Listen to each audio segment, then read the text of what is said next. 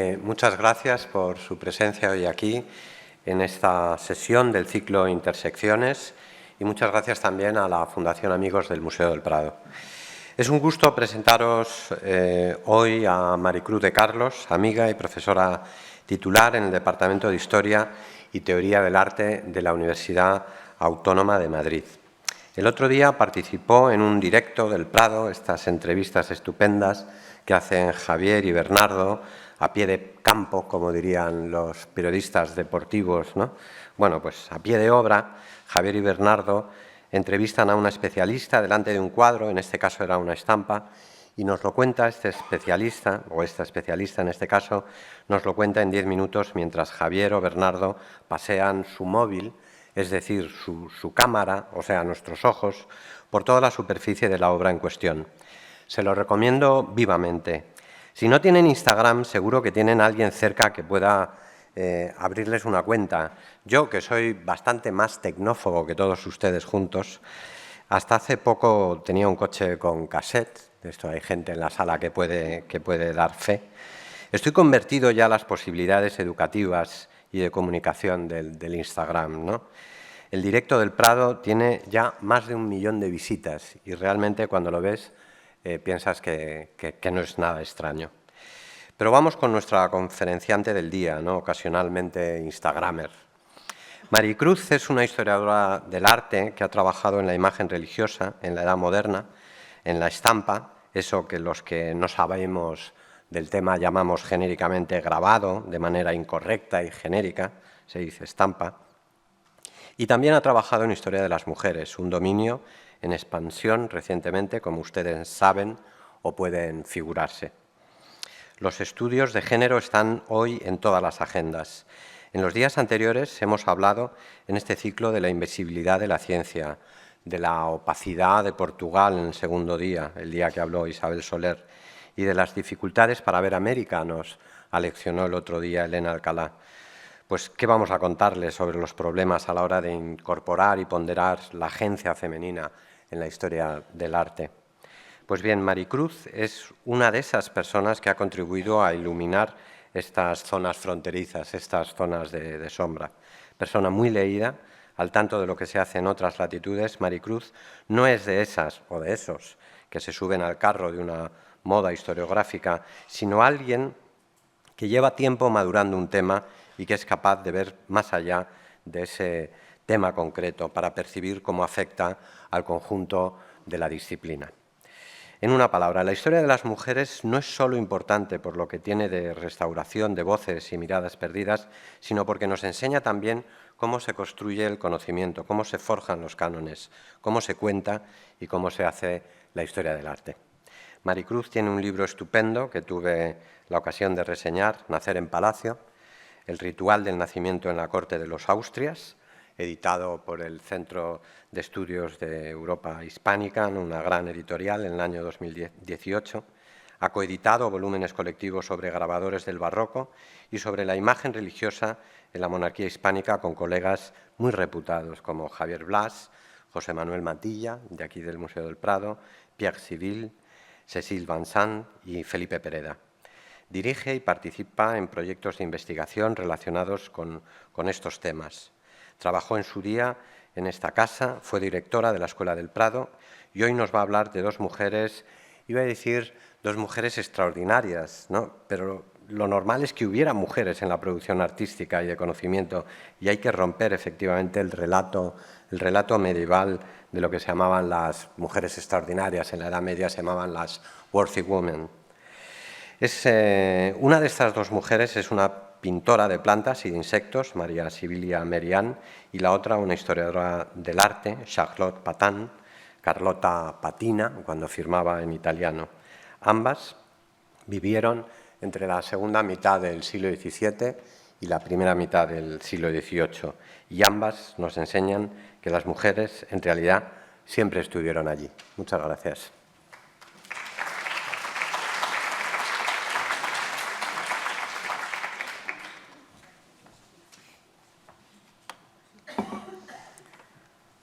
Bueno, ¿me escuchan bien?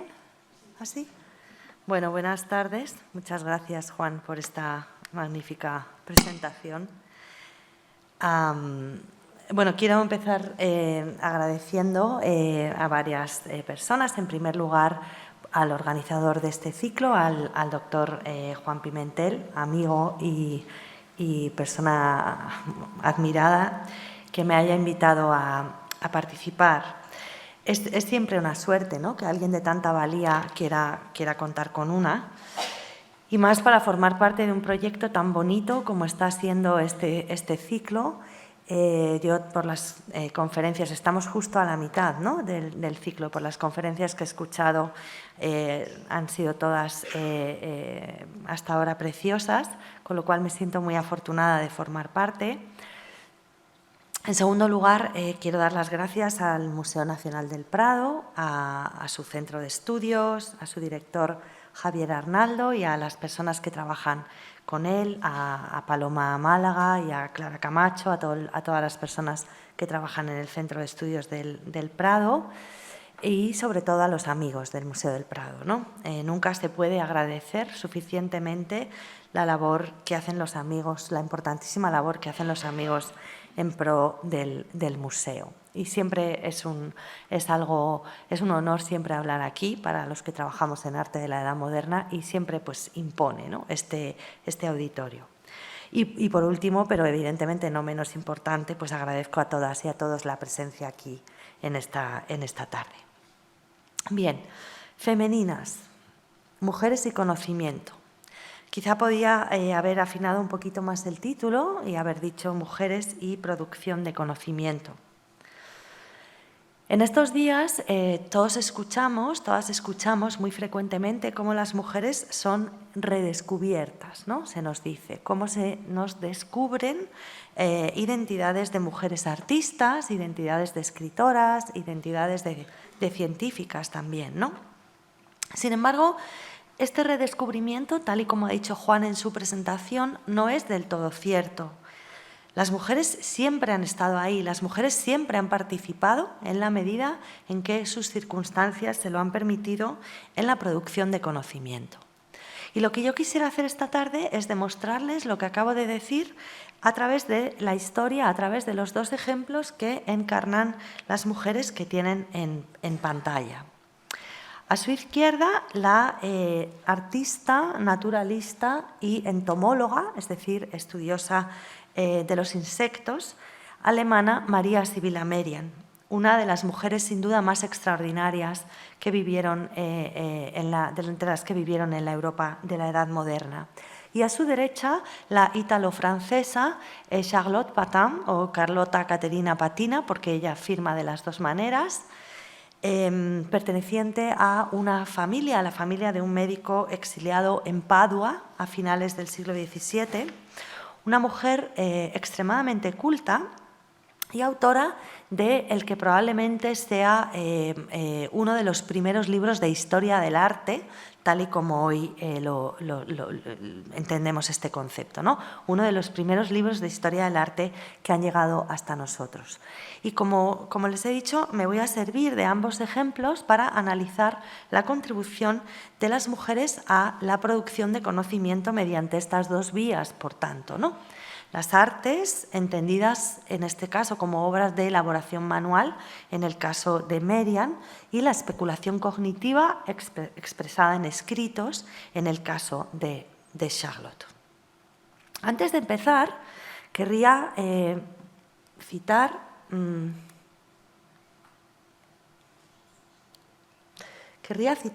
comenzar con esta cita del clérigo François Poulain de la Barre, que creo que también estaba en el resumen que envié para la conferencia, que es una cita muy taxativa, ¿no? La mente no tiene sexo, es decir, una expresión de la idea de que tanto las mujeres como los hombres contribuían a la actividad intelectual, ¿no?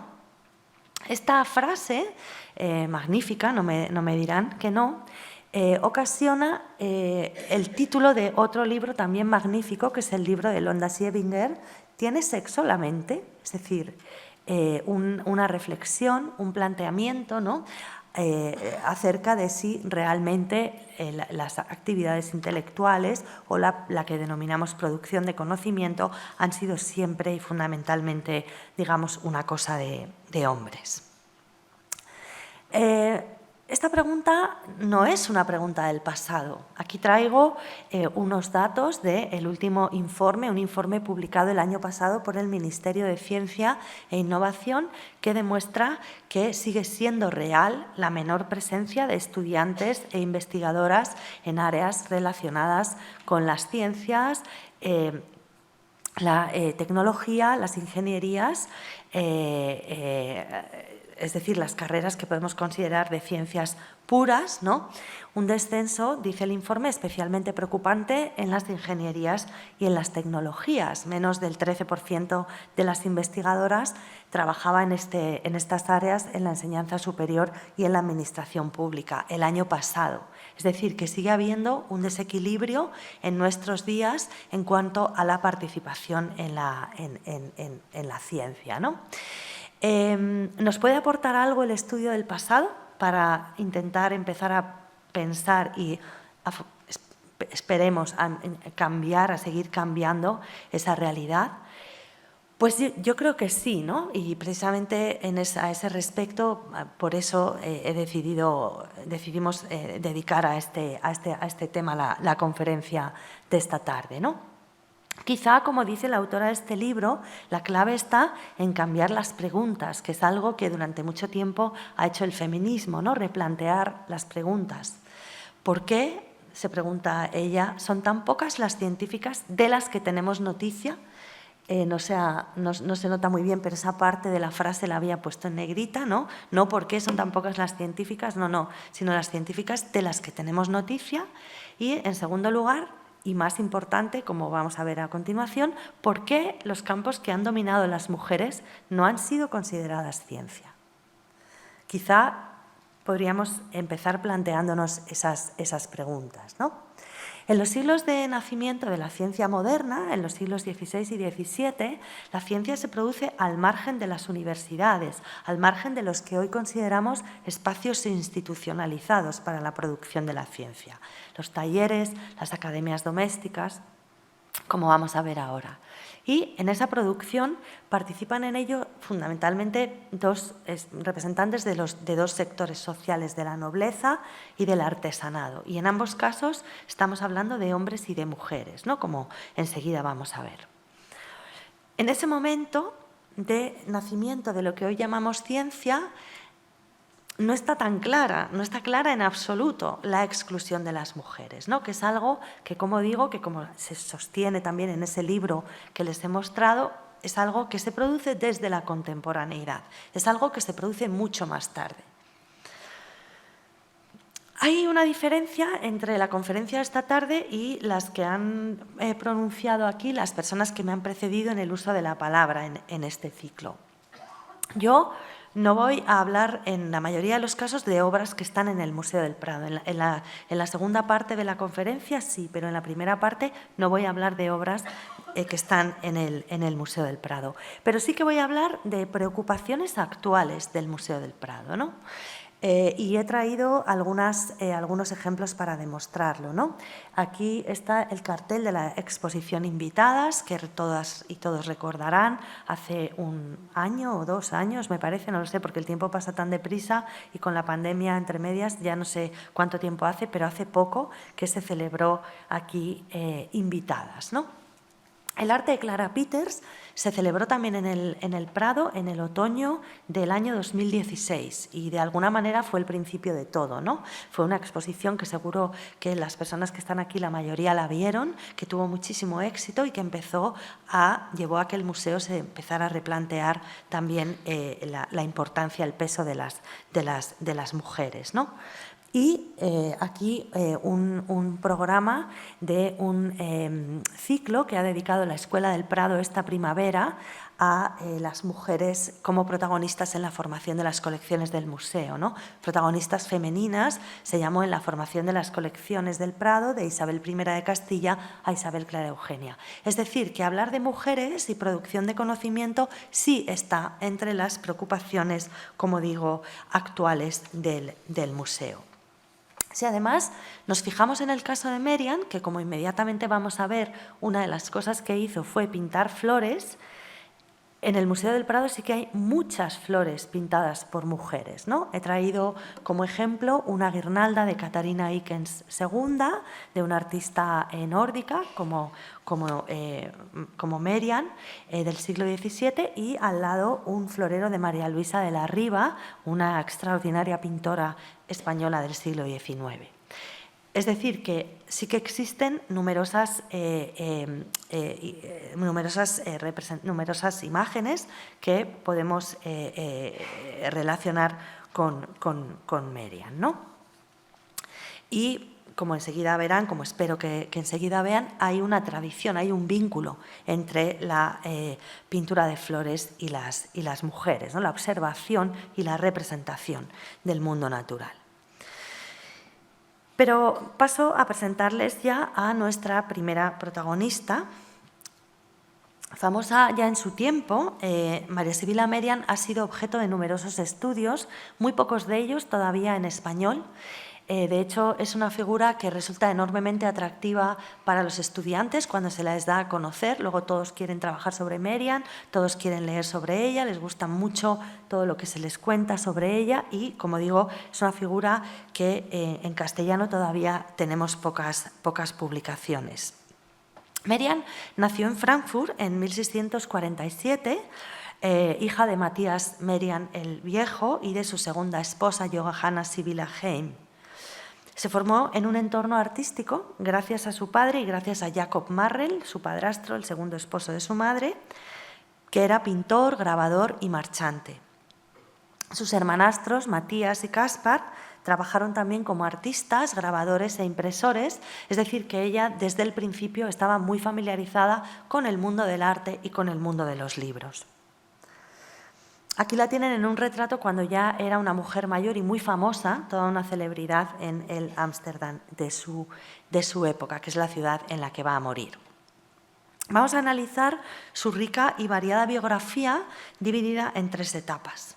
La primera de estas etapas se desarrolla entre su ciudad natal, Frankfurt, y Nuremberg, donde Merian se trasladó con Johann Andreas Graf, con su esposo, el discípulo predilecto de su padrastro, 5 años después de su boda. En Nuremberg, Graf trató de abrirse camino como grabador, aparentemente sin mucho éxito, y su esposa empezó a pintar, a enseñar pintura y a publicar estampas. Y además siguió haciendo algo que ya había comenzado a hacer en Frankfurt, observar y estudiar orugas. Fruto de esa etapa en Frankfurt en Nuremberg y en Frankfurt, son sus 2 primeros libros, entre 1675 y 1680 el Blumenbuch, o libro de flores, del que ahora hablaré, y en 1679 este que tienen en pantalla, la maravillosa Metamorfosis de las orugas, cuyo segundo volumen aparecería en 1683.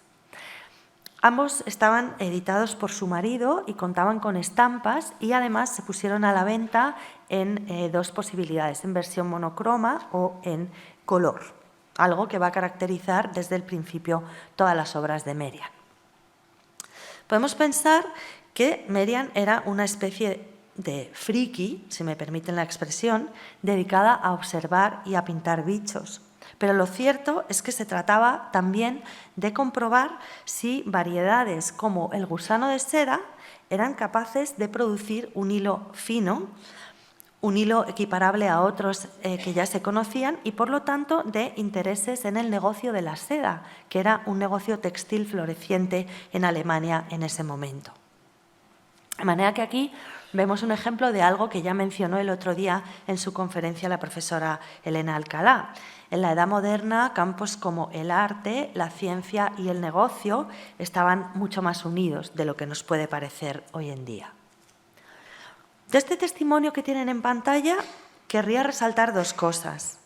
La primera, en la segunda parte del párrafo, cuando dice, además, aprendí el arte de dibujar para poder trazarlas a las orugas y describirlas tal y como son en la naturaleza. Reuní todos los insectos que encontré en las inmediaciones de Frankfurt y Nuremberg y los pinté con gran exactitud sobre pergamino. Ella ahí está aludiendo a cómo empieza las clases de dibujo. Ella se forma, como he dicho antes, en un taller de un artista, en talleres de artistas, y entonces empieza a aprender clases de dibujo para poder realizar sus investigaciones, para poder de alguna manera dar salida, ¿no? dar expresión a esas investigaciones y a esos intereses científicos. Y, en segundo lugar, primera parte del párrafo, que a ella lo que le interesan fundamentalmente son los procesos de transformación. Y esto es muy importante para lo que viene después, porque caracteriza toda su trayectoria posterior, ¿no? Cuando me di cuenta, dice, de que las mariposas y las polillas se desarrollaban más deprisa que otras orugas, recogí todas las que pude encontrar con el fin de observar su metamorfosis. Es decir, que aquí ya tenemos ese interés por las transformaciones que va a caracterizar toda su obra. De esta primera etapa me gustaría detenerme un poco más en el llamado Blumenbuch o libro de flores, la primera y la más rara de las obras de Merian. Y fundamentalmente quiero hacerlo porque es un ejemplo que muestra muy bien parte de las razones de la exclusión de las mujeres del ámbito científico con posterioridad, debidas en parte a las características de los contextos de producción de las obras escritas y realizadas por ellas. El libro de flores se publicó a lo largo de 5 años en 3 volúmenes, como tienen en la pantalla, y en 1680 se publicó todo junto con el libro en alemán. Primero salió en latín, en estos fascículos, y después salió con el título en alemán y con una portada nueva, que es la portada que tienen a la izquierda. Cada entrega contenía 12 estampas, dibujadas. Cada entrega de las 3 primeras contenía 12 estampas dibujadas y grabadas por Merian y editadas, es decir, pasadas al papel, publicadas por su esposo, tal y como se hacía constar en el título. Después se publica las 3 partes juntas, como he dicho, con el título en alemán, con un prólogo en alemán y con una portada nueva.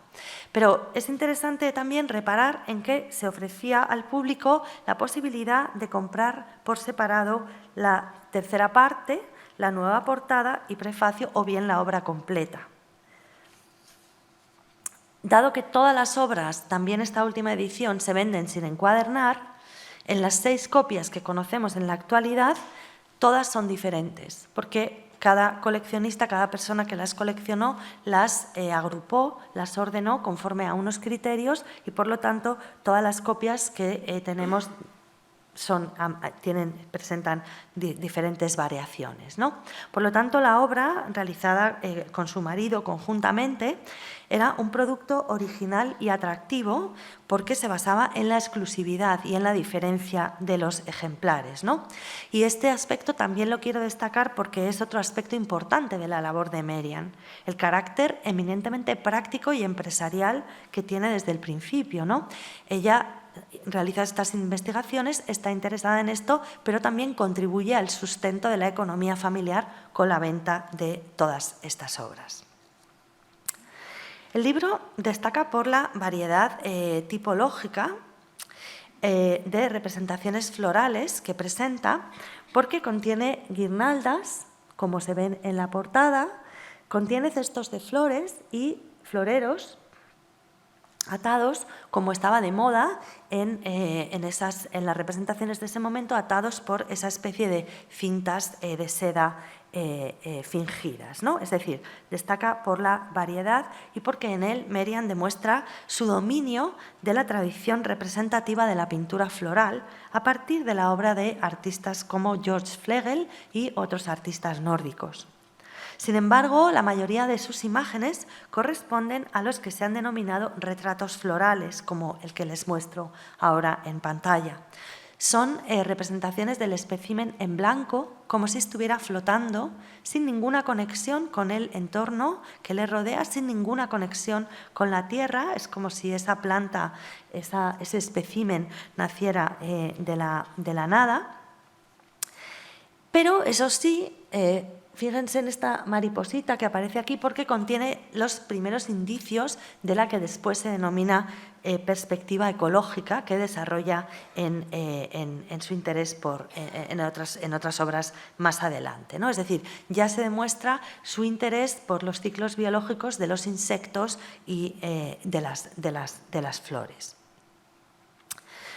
¿Cuál era la intención de este libro de flores? El prólogo de 1680, la edición de 1680, lo presenta claramente, ¿no? Como se puede leer en la parte inferior de la diapositiva. Los retratos florales, dice Merian, se publicaban para copiar y pintar, para coser en el cuarto de las mujeres, para el uso y disfrute de todos los amantes del arte, es decir, para una multiplicidad de cuestiones, ¿no? No solamente para coser en el cuarto de las mujeres, sino también con la ambición de que los conocieran todos los amantes del arte. Se trataba de dibujos en los que Merian empezó a trabajar en el contexto de sus lecciones domésticas de pintura, las lecciones que daba en su casa.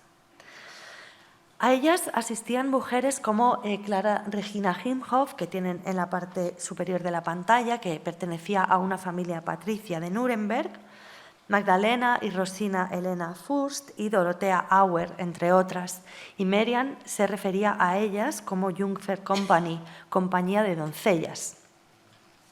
Algunas de estas discípulas también produjeron después sus libros para enseñar a otras, como es el caso de Rosina Elena Fürst y su libro de dibujos para bordar. Aquí pueden ver el ejemplar en la colección del Metropolitan, que además está en línea y que con imágenes muy buenas y que se puede ver con mucho detalle. ¿Cómo eran estos ambientes? ¿Dónde se producían estas lecciones de pintura, estos talleres domésticos? Pues en parte lo podemos recrear con obras como este dibujo, realizado en 1658 por Johann Andreas Graf, en el que podemos ver a Sara, la hermanastra pequeña de Merian, que aparece bordando en una pieza colocada sobre este bastidor. Aparece bordando, aquí se ve el hilo y la aguja que sostiene entre sus manos, probablemente el motivo que copia de este dibujo, de este papel que aparece al lado del bastidor. Aquí vemos un grafito, aquí vemos lo que hoy llamaríamos un lápiz, ¿no? Un instrumento para dibujar. Vemos otros instrumentos de pintura, vemos un caballete, es decir, podemos ver cómo eran estos espacios mixtos donde costura, dibujo y pintura, todo ello precedido de una detenida observación, convivieron sin aparente problema. Por este origen doméstico, la historiografía del arte actual, hasta fechas muy recientes en que se han comenzado a producir esta revalorización de María Sibila Merian que les decía ahora, estos dibujos los ha considerado como artesanías sin valor alguno y tampoco la historia de la ciencia las ha considerado, las ha apreciado como obras dignas de estudio. Sin embargo, esto no fue así en tiempos de Merian, como podemos apreciar en pantalla. En pantalla tenemos la cita de la mención que le dedica Joachim von Sandrart, el autor de la Academia Alemana, es decir, el palomino alemán, el autor de todas las biografías de los artistas alemanes. Fíjense qué biografía le dedica a María Sibila Merian. El título es curioso, esto es muy parecido a lo que hace Palomino también. El título está dedicado al marido de Merian, pero al marido le dedica 2 líneas. Al marido le menciona como pintor y pasa a hablar a continuación de su mujer, y a María le llama delicada pintora de flores que también las borda y las graba.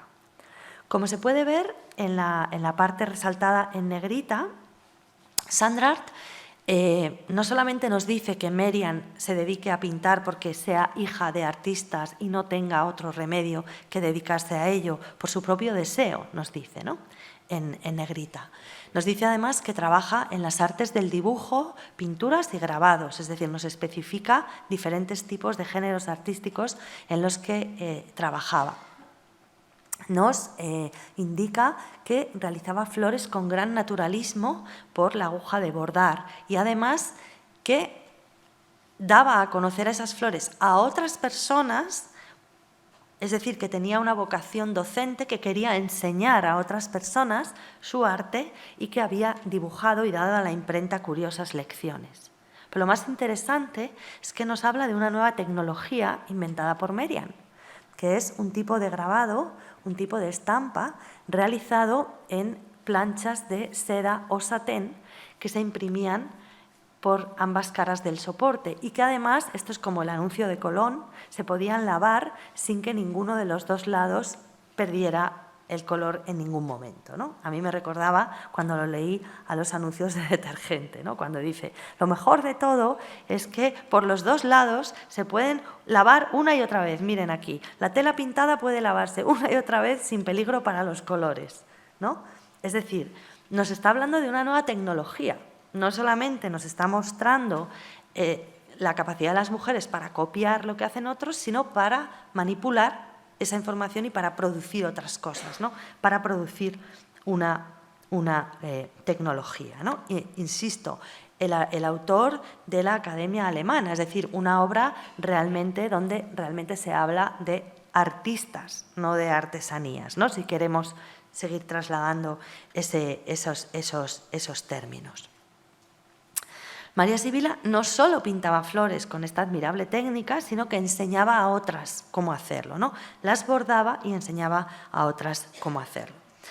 Yo creo que lo que este fragmento nos demuestra, cuando nos está hablando sobre una invención tecnológica relacionada con María Sibila Merian y desarrollada en el contexto de las lecciones domésticas de pintura, la manera como yo lo interpreto es que, desde luego, las fronteras de Joachim von Sandrart no eran las mismas que las nuestras, las fronteras disciplinares, ¿no? Y que su valoración de estas actividades no fue la que ha predominado en la historiografía contemporánea, porque él sí consideró no solo que las mujeres practicaban arte, sino que también aportaron tecnologías novedosas a la tradición artística. Y también es importante considerar que con esta inclusión la tecnología se pone en paralelo al saber intelectual y que ambos contribuyen al desarrollo de la producción artística, ¿no? Que es algo que por lo menos los historiadores del arte muy pocas veces pensamos en serio, ¿no? Y siempre nos vamos con grandes teorías. Pues aquí nos está demostrando que también la tecnología, ¿no? Las cosas que se podían hacer con las manos, ¿no? También eran tan importantes como la ciencia especulativa, digamos, ¿no? Bien, pero dejemos atrás Frankfurt y Nuremberg y continuemos acompañando a Merian a la siguiente etapa de su vida. Sin que sepamos exactamente por qué, los años del matrimonio en ambas ciudades terminan abruptamente y en torno a 1686 nuestra protagonista abandona Alemania con su madre y sus hijas para comenzar una nueva vida en Holanda, en una comunidad lavadista.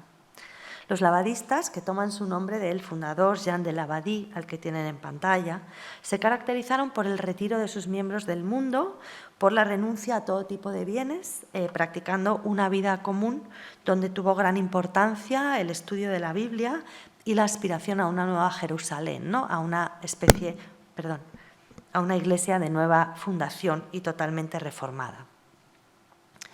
Johann Andreas intentó hacer regresar a su esposa sin éxito y unos meses después solicitó el divorcio y se casó con otra mujer.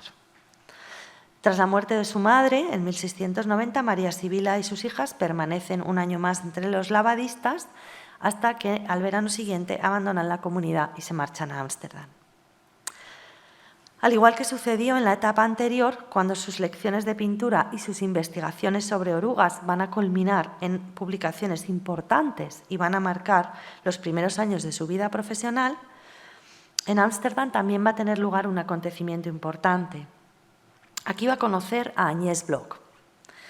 Alemana de nacimiento como Merian, Agnès Bloch se casó en Ámsterdam en 1649 con el mercader de seda Hans de Wolff, Hans de Wolff. Tras enviudar 20 años después, compró con la herencia de su esposo de Biegberhof una propiedad campestre cerca del río en Loenen an de Vecht, donde plantó jardines y construyó estanques. Su colección fue famosa en su tiempo y en realidad constituye el núcleo del actual Jardín Botánico de Leiden.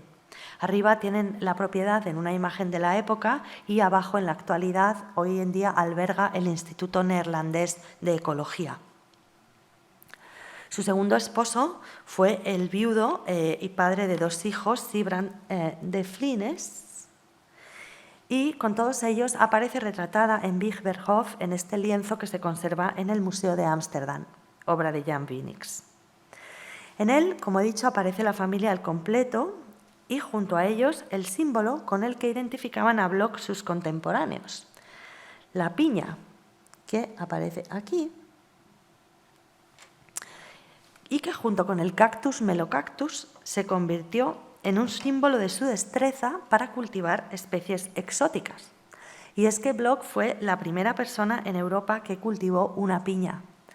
El otro día la profesora Alcalá en su conferencia mencionó a Mencía de Mendoza y a su importación de semillas y cogollos de piña.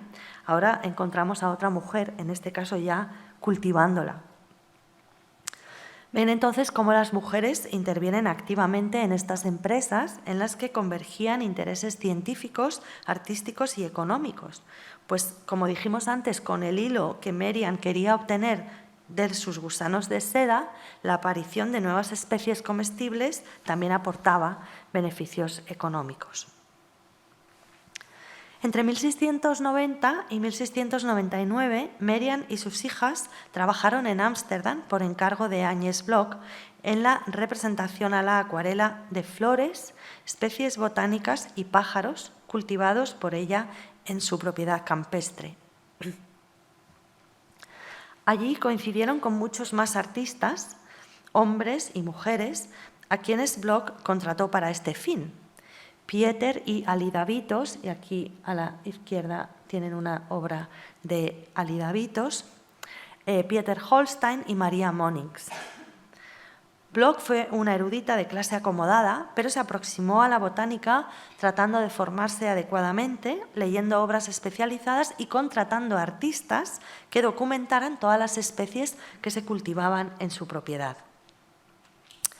Estos artistas trabajaban a la acuarela y gouache en algunos casos, con trazos preliminares a lápiz, sobre papel, como en el caso de los que tenemos aquí, o sobre pergamino. Los dibujos, como los que tenemos en pantalla, se dispusieron en álbumes y se compraron después de la muerte de Bloch por Valerius Rober, un coleccionista de Delft, y se dispersaron posteriormente. Pero tanto ella como el coleccionista son fundamentales para saber qué especies se representaron, ya que Bloch anotó en varios casos qué representación encargó a cada artista. Y Robert hizo un catálogo de su colección en 1730. Varios dibujos como estos tienen instrucciones, en este caso tienen la mención a las especies representadas, pero varios dibujos como estos tenían instrucciones al dorso sobre lo que se tenía que pintar y cómo. Y son dibujos considerados procedentes de la colección de Bloch, que sería la autora de esas anotaciones. En la web del instituto, el llamado RKD, el Instituto Neerlandés de Historia del Arte, que es una web maravillosa, se pueden buscar y ver este tipo de dibujos. Algunos dibujos, como estos, que están conservados aquí enfrente, en el Jardín Botánico de Madrid, nos permiten intuir la manera de trabajar. Estos 3 dibujos en pantalla presentan 3 variedades de jacintos con diferentes tipos de mariposas. Los tres tienen el mismo soporte, el mismo papel holandés y todos comparten la misma filigrana, el escudo de la ciudad de Ámsterdam, datada en torno a 1685. El hecho de que los tres dibujos sean técnica y formalmente muy similares, que representen especies dentro de la misma familia, incrementa la posibilidad de su producción en el entorno de Bloch, donde la representación de las especies se llevó a cabo, por lo que sabemos, de manera sistemática, siguiendo un plan preestablecido por orden de familias botánicas. Los tres podrían corresponder a un encargo de representación de ese tipo de espacios y sus características técnicas revelan que se realizaron a la vez. De manera que en esta etapa, en Ámsterdam, encontramos a Merian realizando dibujos que tipológicamente tienen mucho que ver con los retratos florales de los años de Nuremberg y Frankfurt. Los realizó bajo el amparo económico de una mujer, sin que podamos decir que el de Bloch fuese ni mucho menos un caso aislado. Aquí tienen otras mujeres en efigie y tienen sus nombres, otras mujeres como Magdalena Pohl y Petronella de la Cour, que también eran coleccionistas, que también tenían casas con jardines y eran coleccionistas de especímenes botánicos. Es decir, que Bloch fue la más famosa, pero no la única. Esto me parece importante resaltarlo. Como vimos, los retratos florales que Merian realiza durante su etapa en Nuremberg y Frankfurt tuvieron reconocimiento en algunas fuentes escritas, como la Academia Alemana, que ya he mencionado, de Johannes von Sandrart, que dijimos las menciona como una contribución original e importante. Pero lo mismo va a suceder ahora, porque los dibujos realizados en el entorno de Agnes Bloch van a ser comprados por un experto, por el médico holandés Jan Lefranc van Berghey, que es quien los atribuye a María Sibylla Merian, y a Alida Vitos, quien los coloca en álbumes y quien los clasifica como obra de unos u otros artistas. Parte de su colección la conservamos aquí en el Jardín Botánico de Madrid. La colección se compró para Carlos III. Es una colección extraordinaria de todo tipo de representaciones, una colección muy, muy interesante, repartida entre varias instituciones, la Biblioteca Nacional, el Museo de Ciencias Naturales, el Jardín Botánico. Y, como he dicho, se compró para Carlos III, ¿no? Para el Gabinete de Historia Natural en el siglo XVIII. Pero lo que me interesa resaltar aquí es el hecho de que Van Berghey recolecta estos dibujos y los atribuye un valor por ser obra de María Sibylla Merian. Es decir, que igual que antes teníamos dibujos realizados en un contexto doméstico de una casa que von Sandrart reconoce, ahora tenemos a un coleccionista de representación de especímenes naturales valorando dibujos que de nuevo no han sido hechos en un contexto académico, ¿no? En un contexto científico, que han sido hechos en el contexto de un jardín, ¿no? Pero que en su tiempo, como están viendo, sí se reconocen y sí se les reconoce su valía como representaciones de especímenes. Bien, y por fin llegamos a la tercera y última etapa de la vida de María Sibylla Merian, que es en la que realiza la obra que le ha hecho más famosa hasta nuestros días. Esta tercera etapa se desarrolla, como tienen en la diapositiva, entre 1699 hasta su fallecimiento en Ámsterdam en 1717 y se estructura en torno a dos polos. Esta última ciudad donde va a morir, Ámsterdam, y la colonia holandesa en el actual Surinam, en las Antillas. Como digo, es la etapa más famosa de la vida de una mujer que, como pueden ver en el mapa, tuvo una existencia poco convencional. Podemos ver cómo su existencia arranca en Alemania, después pasa a Holanda, al establecimiento en la comunidad lavadista en Frieslandia y, por último, a Ámsterdam. Y desde allí, cruzando el océano, algo que no podemos decir que fuera excepcional, desde luego, pero que no era común para la mayoría de las personas de su momento, fueran hombres o mujeres, mucho menos común para una mujer, pues llega a las Antillas y vive allí 3 años con una de sus hijas para después regresar y terminar en Ámsterdam. Allí en Surinam, Merian va a continuar con sus investigaciones y va a llevar a un nivel muy superior lo que había hecho en Europa.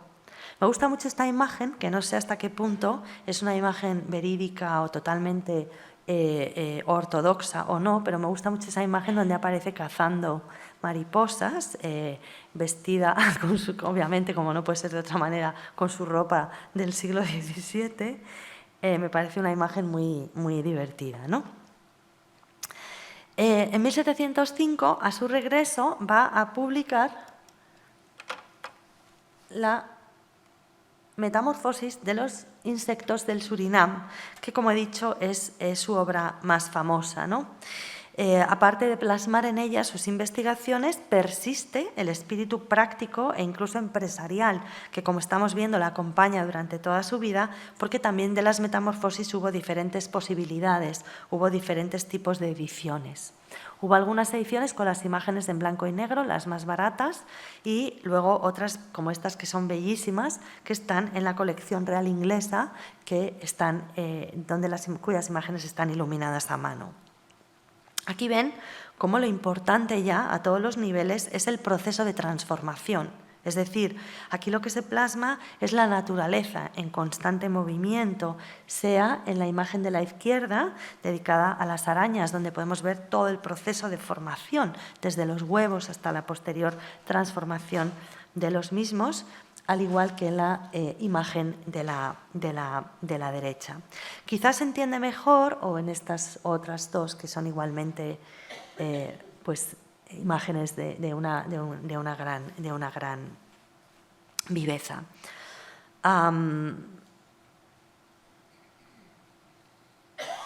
Quizás se entiende mejor, como digo, lo que quiero decir si comparamos esta imagen que está en el Jardín Botánico, hecha por Alida Vitos, con esta otra de las metamorfosis.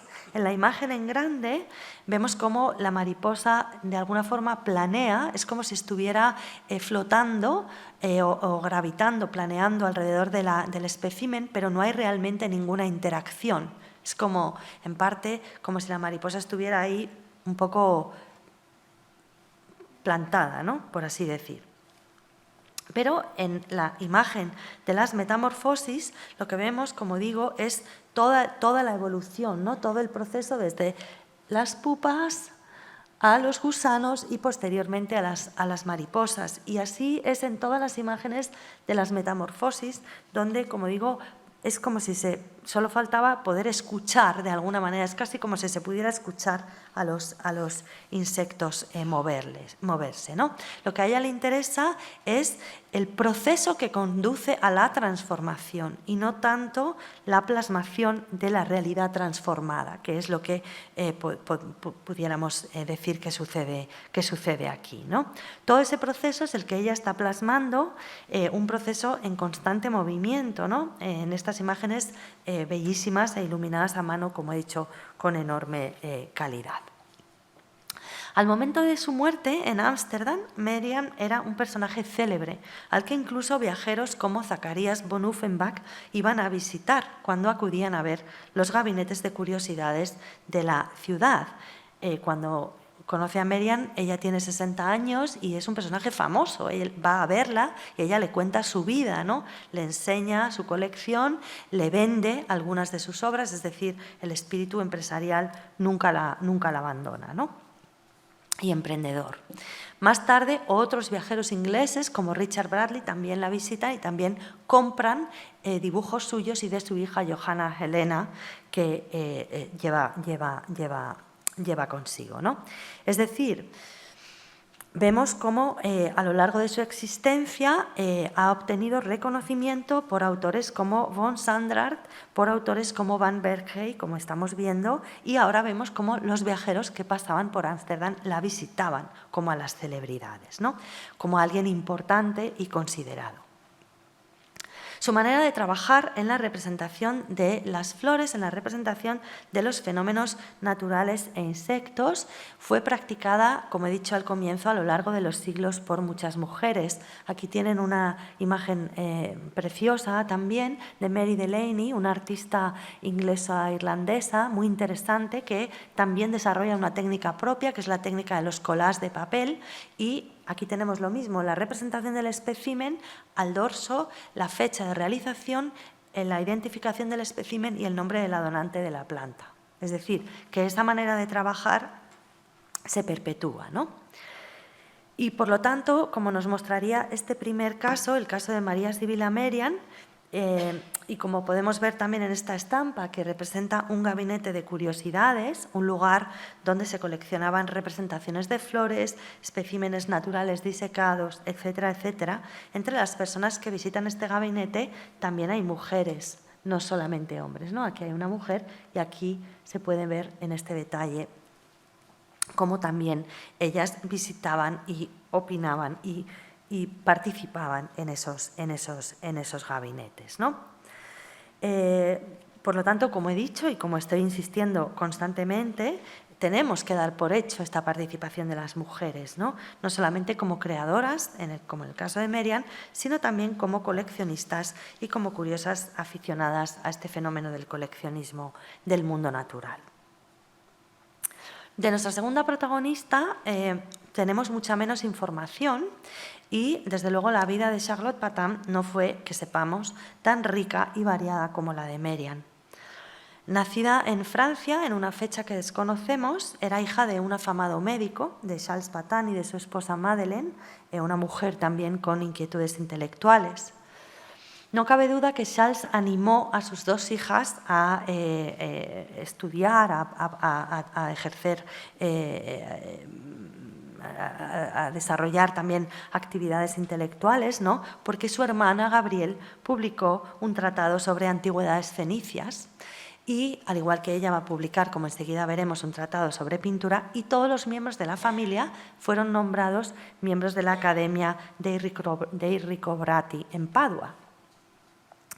Allí tuvo que exiliarse la familia debido a las simpatías filoprotestantes de su padre, que le valieron una acusación por importar libros sediciosos en Francia.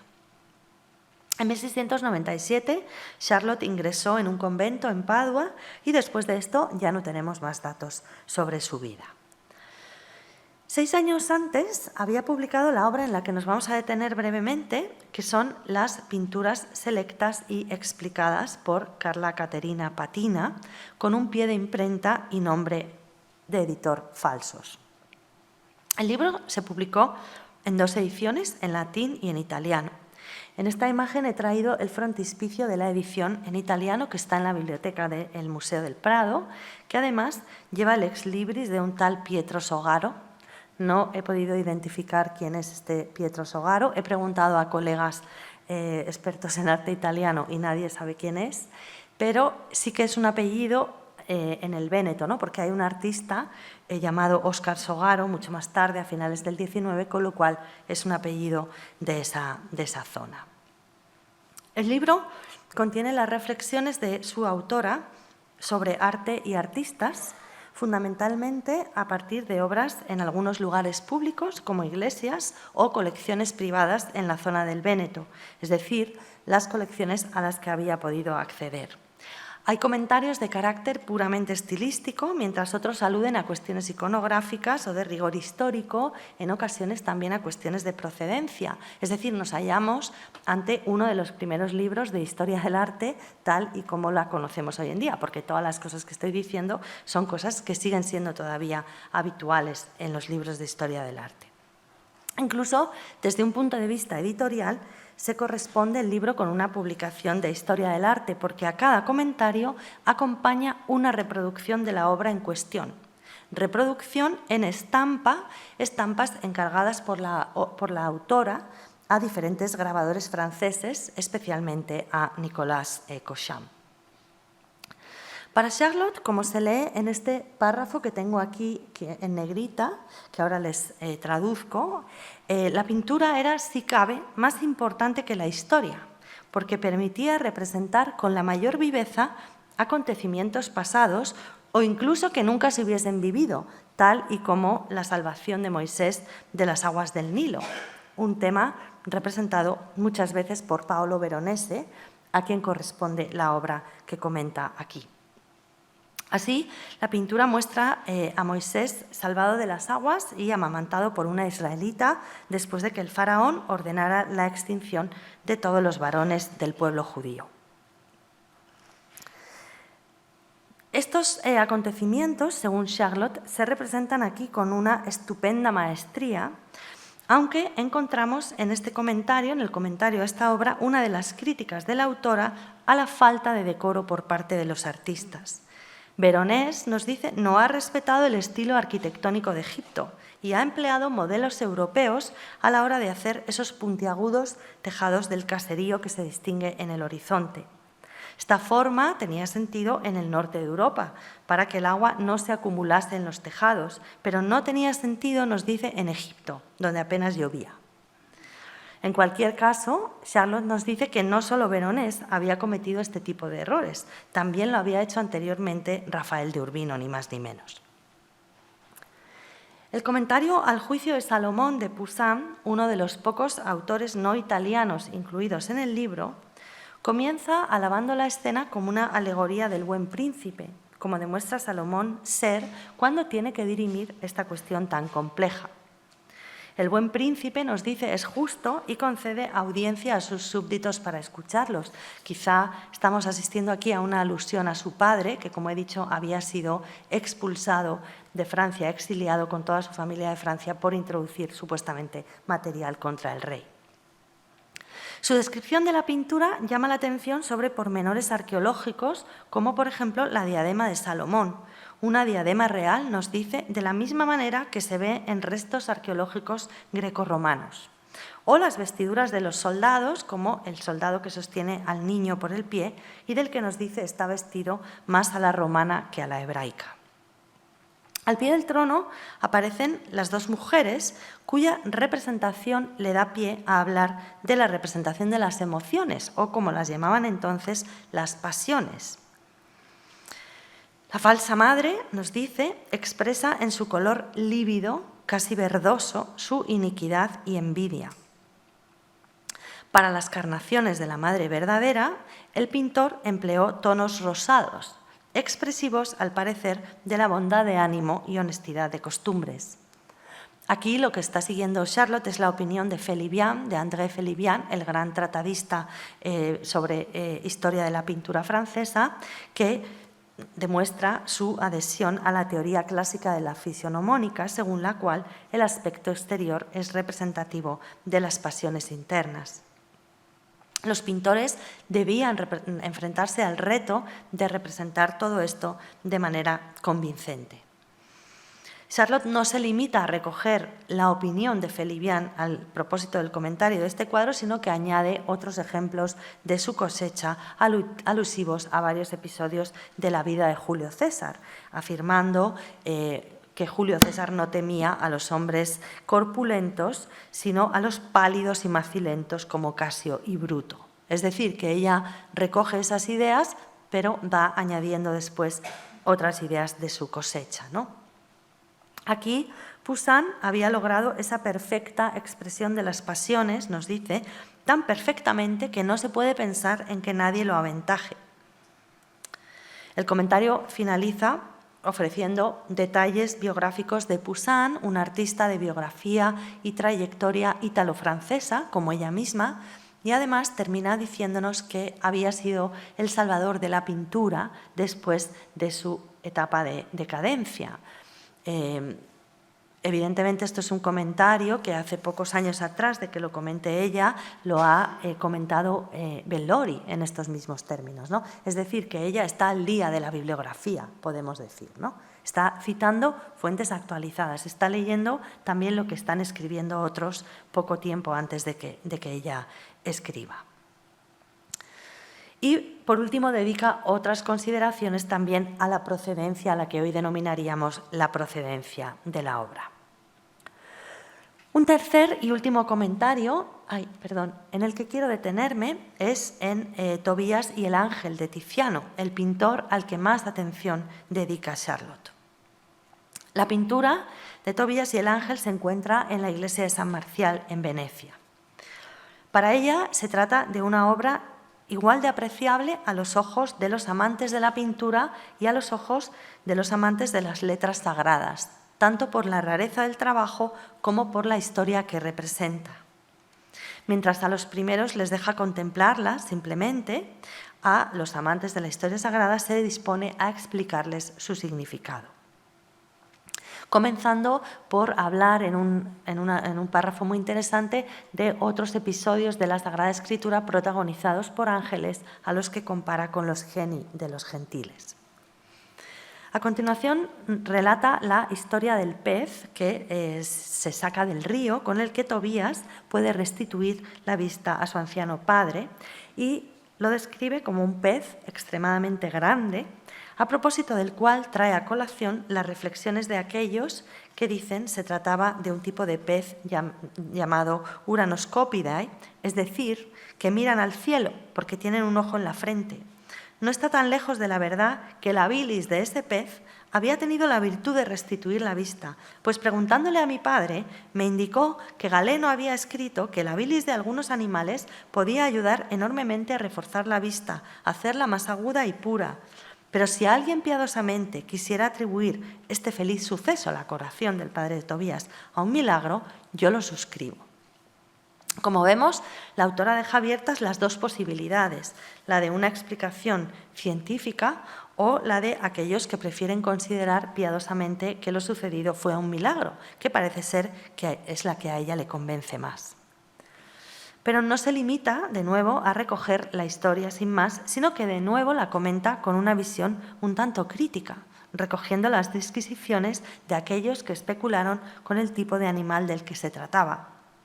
Además, aquí aparece otra de las fuentes de autoridad que manejó para llevar a cabo su trabajo, las consultas a su padre médico, como evidencia lo relativo a su conocimiento de la tradición galénica imperante en la medicina europea de ese momento.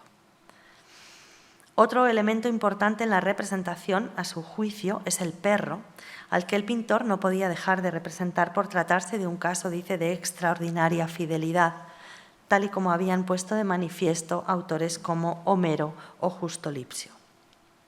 En este último, si la autoridad del autor no le llevase obligatoriamente a creerle, a ella le resultaría difícil dar crédito, dice, a tan extraordinarias historias de perros como cuenta Lipsio.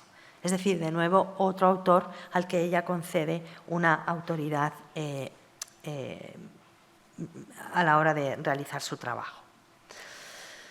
Como estos ejemplos, una última consideración también haría referencia a una rareza iconográfica, que es esa figura que aparece en la parte, en el segundo plano de la pintura y que ella explica como el padre de Tobías rezando, ¿no? No me parece, dice, se tiene que tratarse de él y no me parece que esto contradiga nada a la historia ni le reste veracidad a la historia.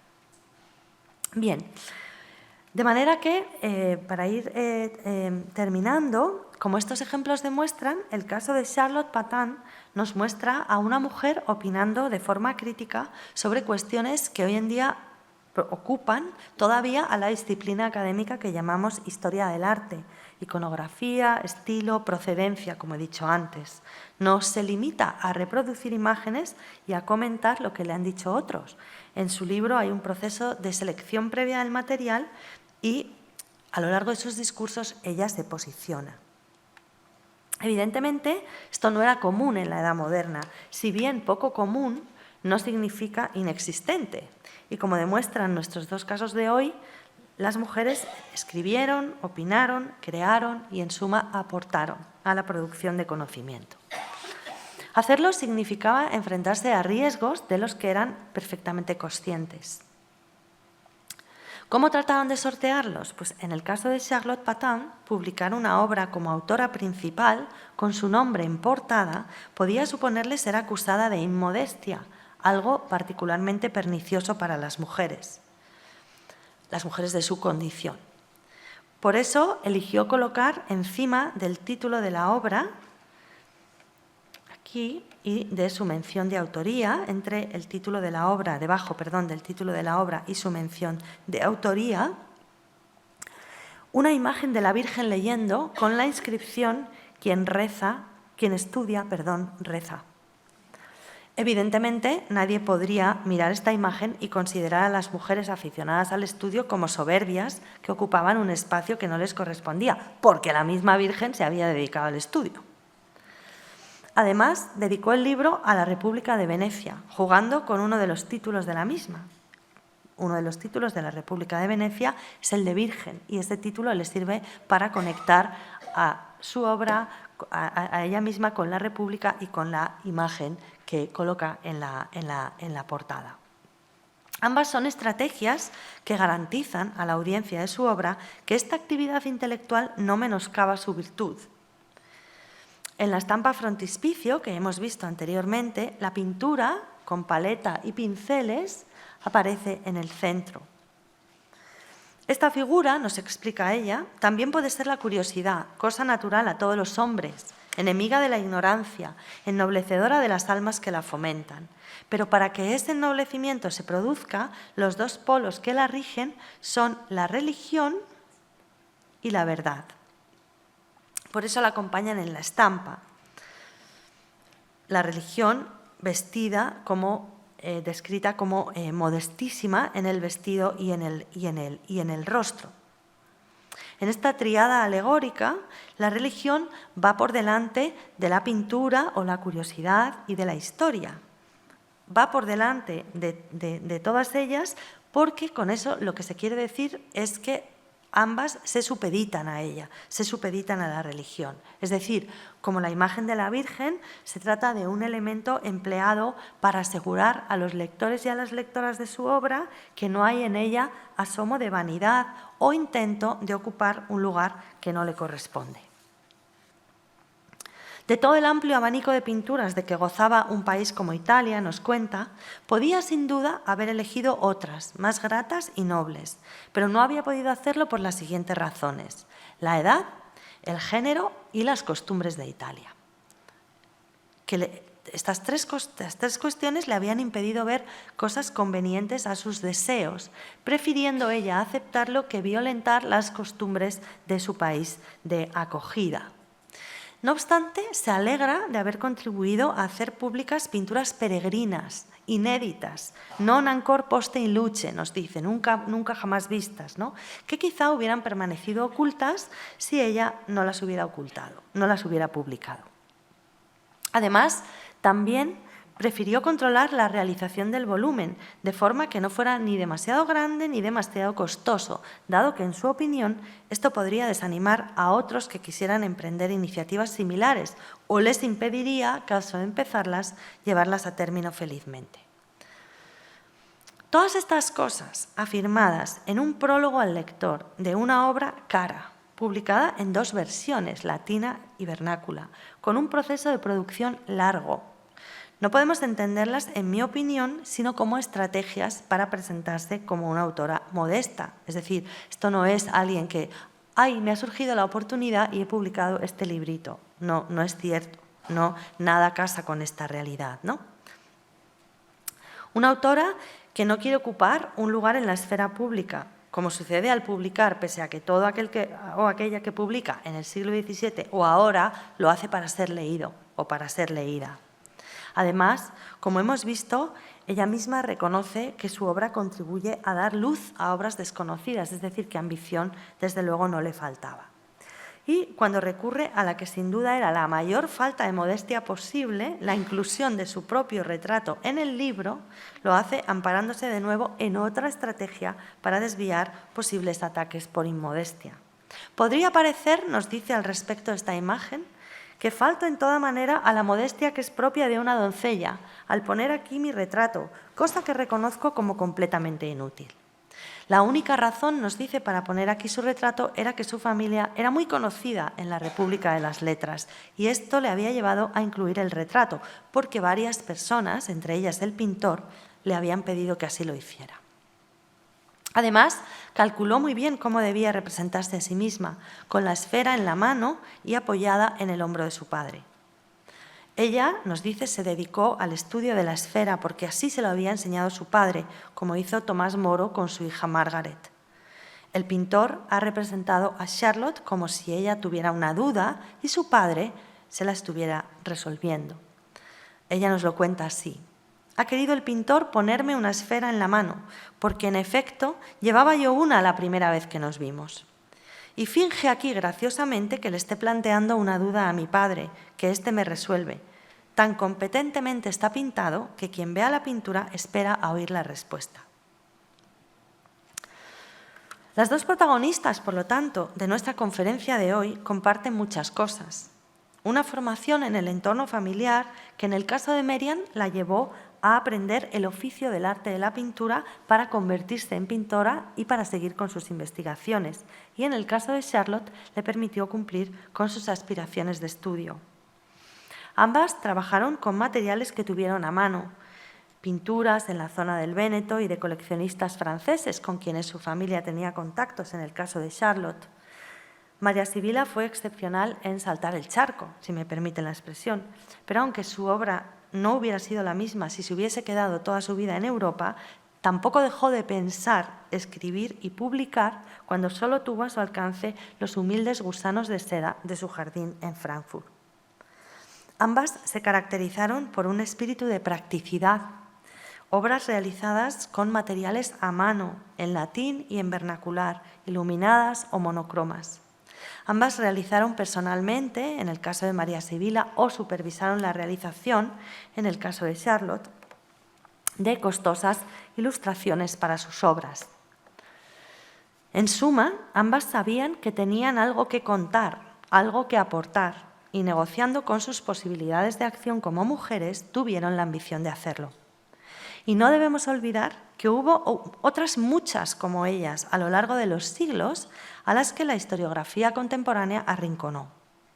En 1834, el reverendo Lansdowne Wilding dijo que las Metamorfosis eran una obra llena de errores, con dibujos toscos y carentes de valor. Con todo, el peor defecto que se le podía atribuir a Merian era, por supuesto, su pertenencia al bello sexo, y así ha permanecido oculta hasta que la entomología moderna ha resaltado sus aportaciones y logros y la historiografía feminista ha rescatado su carrera. Como estudiante de Historia del Arte, nunca nadie me habló de la aportación de Charlotte Patin a nuestro conocimiento de la pintura veneciana, a pesar de que su libro tiene detalles de enorme importancia, como la inclusión de algunas estampas reproduciendo cuadros de Tiziano perdidos. Como dice Londa Siebinger, ninguna de las dos mostró un camino nuevo para las mujeres, pero ambas sí supieron aprovechar los que ya estaban abiertos. La historia, con mayúscula, está llena de historias como las suyas, esperando a ser mejor conocidas. Muchas gracias.